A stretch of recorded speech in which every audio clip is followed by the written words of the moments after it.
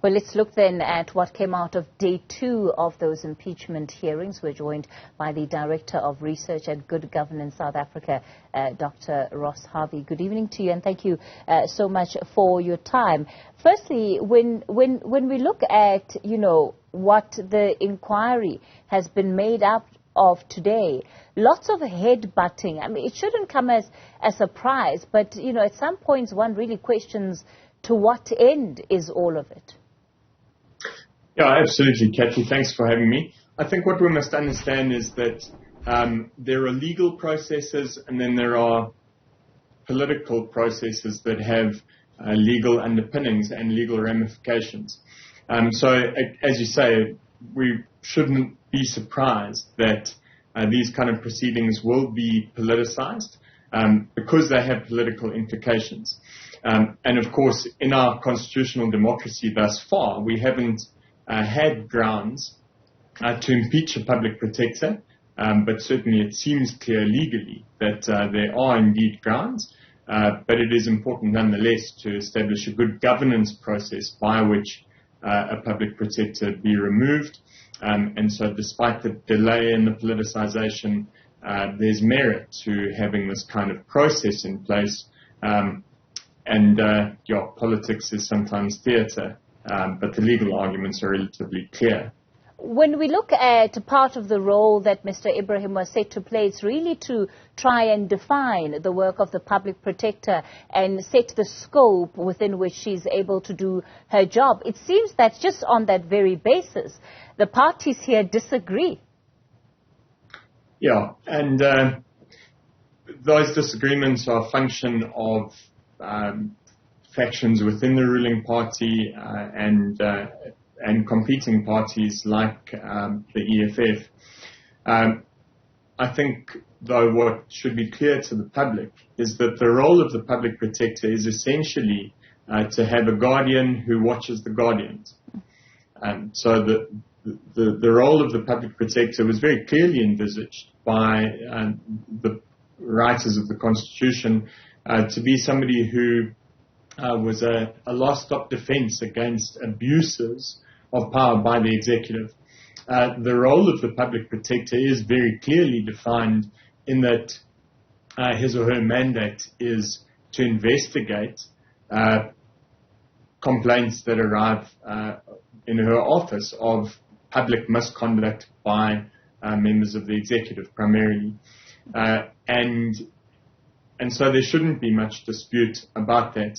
I think that what starts to happen often in cases like these, not that that there's precedent for it in South Africa, but it's a political battle, that those who are in favor of Advocate Mkhwebane are likely to argue that, well, her role is not very clearly defined and you're trying to impeach her on grounds of a role that isn't clearly defined. And I think we'd have to say, as a civil society organization interested in promoting good governance, that there probably aren't very serious grounds to that argument on definition of role.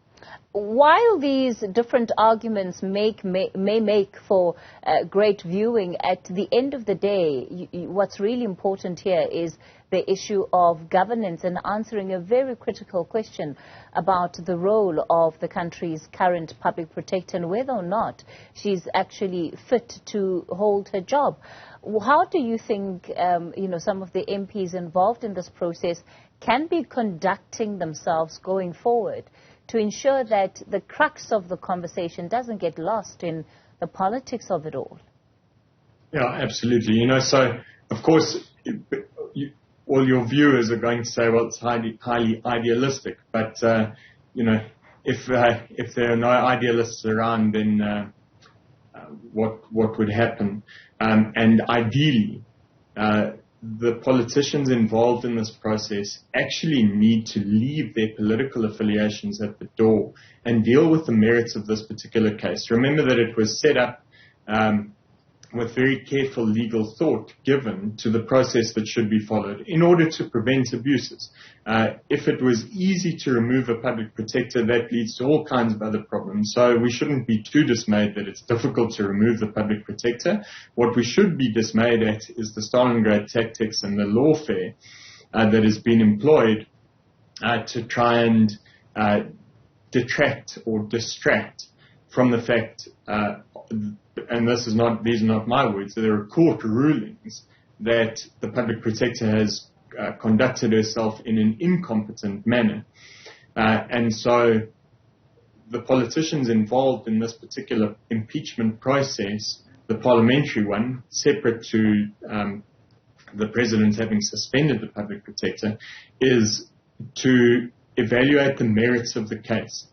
And the merits of the case are relatively clear in legal terms. And so I think that the politicians involved need to draw on the legal rulings and quite frankly have to accept that if the Constitutional Court is not going to rescind its decision, despite repeated requests to that end, then there are pretty clear grounds and they should follow the process without fear of favour or political influence that serves ends other than those of good governance, which is what this process was really set up to achieve.